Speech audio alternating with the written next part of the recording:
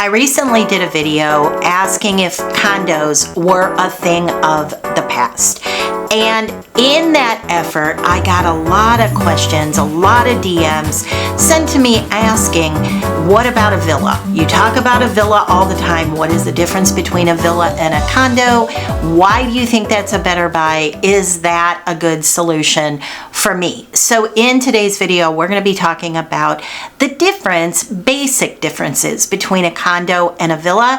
And we're going to talk through whether or not it might be a good option for you, and also just a few things you need to be aware of with a villa so that you don't make a mistake in that purchase. So grab your coffee and let's chat. All right. Before I jump into this, let me introduce myself. My name is Barrett Pastor, and I've been a real estate broker for 27 years now. So hopefully I'm coming to you from a place of knowledge and experience, and I can help you navigate all things Florida real estate. If you're interested in buying here or you'd like to chat, hopefully I can be a resource for you and help you navigate through this tricky terrain.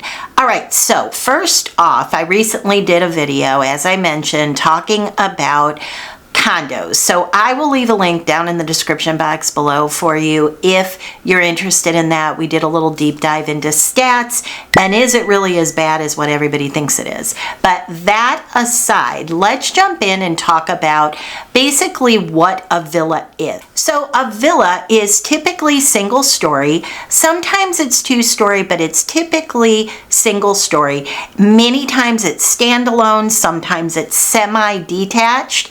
A lot of times it's just two buildings, almost what you would call, some of you up north call it a duplex, but it's attached on one wall generally. Sometimes you'll see it in rows, but it's found in resort style communities or usually upscale neighborhoods with a lot of amenities.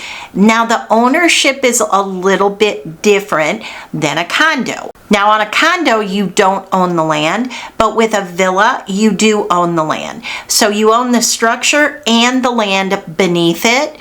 Often part of a homeowners association, takes care of the exterior maintenance, the amenities, the landscaping, sometimes the roof. That's what we need to talk about. Sometimes the roof, sometimes not. So I'm just going to hit this right now so it's kind of at the front of the video.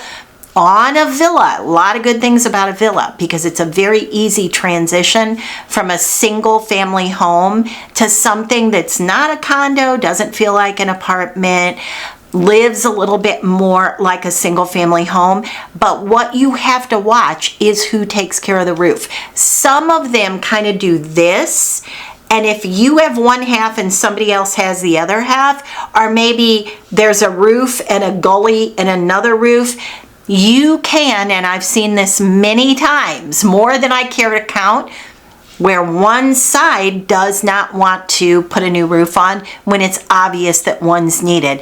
Now, if a hurricane comes through, usually if the right side got hit, then the left side got hit. That generally is the way that it works. But what if they were not insured? What if they were underinsured? What if their insurance company is arguing with them over it? Or let's say no hurricane has come through and your unit, your little villa structure, two sides, let's say it's just time to replace that roof. It's old, it looks bad, you can see cracked tiles up on top. You want to replace it because you're concerned with your value, but your neighbor doesn't want to do it. All right, I just wanted to zigzag for a minute there and not forget to tell you that. That is the biggest problem with a villa. And that is one thing you want to look in those rules and regs and the indentures. You want to read all of that. Now, a villa is going to offer more privacy than a condo would. Many times, especially if you have that little, a lot of times you'll see a concrete wall. And in between there, it helps with sound. But also, if you have it on one side and then you have nothing on the other side, or even if you've got a decent amount of grass in between the buildings and then the next unit, if you're backing to water, a lot of times that does feel very private. And it really appeals to retirees, like I said, that are trying to make the transition out of a single family home, but they're not quite ready to feel like they want to live in what feels like an apartment. All right, so let's talk about condos real quickly. Are typically attached units in a multi-unit building like an apartment, can be a high-rise, a mid-rise, or even a townhome style.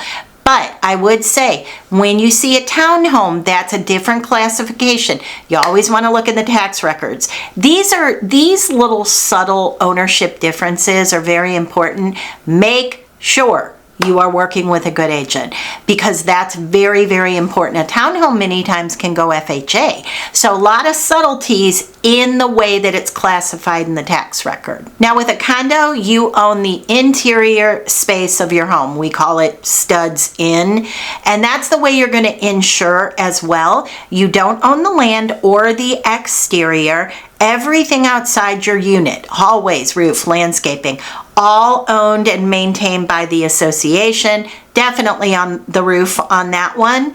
So those tend to be ideal for people. Those tend to work out really well for people that don't want any exterior maintenance. They want that lock and leave. They just want somewhere where they can pop in, call it their own, come and go as they please. It works out really well for that. And most condos have nice amenities like pools, gyms, nice common areas. But the monthly dues are gonna be higher on a condo. Why, you might ask? Because there's more to maintain. So generally speaking, on a villa, it should be lower than on a condo. So the question is a villa a good fit for me?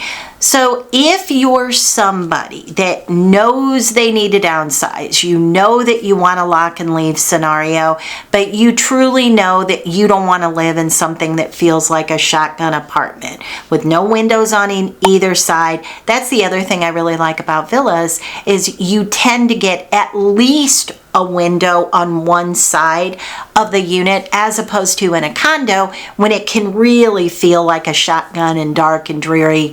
And even if you're facing west, where the sun should be barreling in the back of the unit, even if you have that in one of those shotgun condos, you're not going to feel the light at all.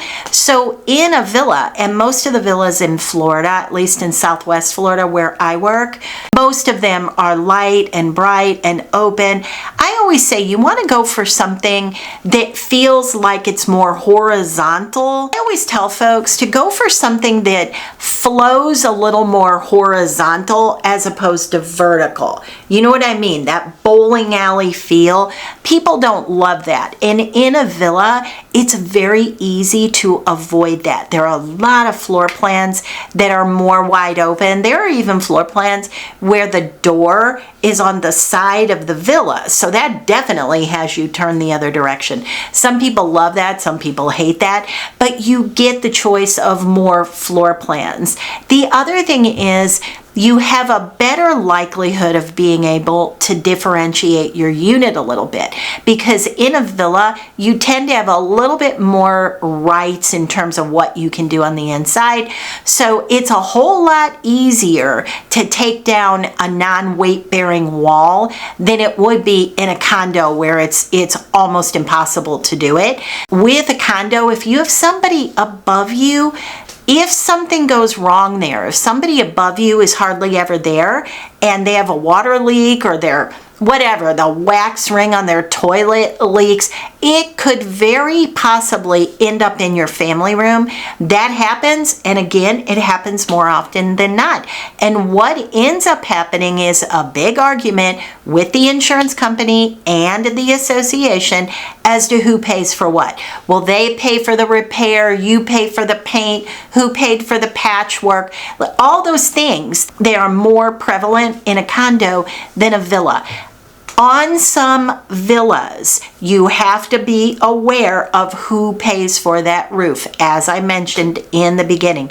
Do not make the assumption that the roof is taken care of, because many times it is not. When you see the lower fees, on a villa, if you've got fees down around $300-400 a month, which is kind of typical, like I said, they're going to be lower than condos. But when they're that low, it's very likely that is your clue that the roof is not going to be taken care of. Now, almost everyone, I don't think I've ever seen one where the exterior isn't maintained, like power washed, painted, where the grass isn't cut, it always is cut, trimming of the landscape, all that kind of thing. You could have a little private spot for your dog. A lot of the villas will allow dogs, where condominiums, it's really hard to get approval on a condo, especially if your dog is over 25 pounds. So villas, much less so. Again, it lives a lot more like a single family home versus a condo would. So I hope that helps you understand the difference between a villa and a condo. If any of that was unclear or I can be of help, my contact information is always down below.